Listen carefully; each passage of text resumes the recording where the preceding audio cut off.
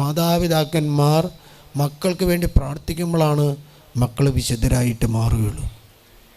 എന്തെങ്കിലും കുട്ടികൾക്ക് എന്തെങ്കിലും അസുഖം വന്നാൽ, എന്തെങ്കിലും പ്രാർത്ഥനയിൽ വിശ്വാസമില്ലാതെ വന്നാൽ അവരെ തള്ളിക്കളയല്ല ചെയ്യേണ്ടത്. അവരുടെ മാതാപിതാക്കന്മാർ ചെയ്യേണ്ടത് എന്താണെന്ന് വെച്ചാൽ അവരാണ് മുമ്പ് ദേവാലയത്തിലേക്ക് ഓടിച്ചെല്ലേണ്ടത്. കാരണം അവിടെ നിന്നാണ് ഈ മക്കളെ നിങ്ങൾക്ക് കിട്ടിയത്. നിങ്ങൾ രണ്ട് വ്യക്തികൾ യോജിച്ചത് എവിടെ വെച്ചാണെന്ന് വെച്ചാൽ, വല്ല ബസ് സ്റ്റോപ്പിൽ വെച്ചോ, ബസ് സ്റ്റാൻഡിൽ വെച്ചോ, അല്ലെങ്കിൽ വല്ല സിനിമ തിയേറ്ററിൽ വെച്ചല്ല ചേർന്നത്. അവർ രണ്ടു കൂട്ടരും ചേർന്നത് വ്യത്യസ്ത സ്വഭാവം, വ്യത്യസ്ത മാതാപിതാക്കന്മാർ, വ്യത്യസ്ത ജീവിത ശൈലിയുള്ളവർ കൂടി ചേർന്നത് എവിടെ വെച്ചാണെന്ന് വെച്ചാൽ ബലിവേദിക്ക് മുമ്പിൽ വെച്ചാ. ഹല്ലേലൂയാം, ഹല്ലേലൂയാം, ഹല്ലേലൂയാം.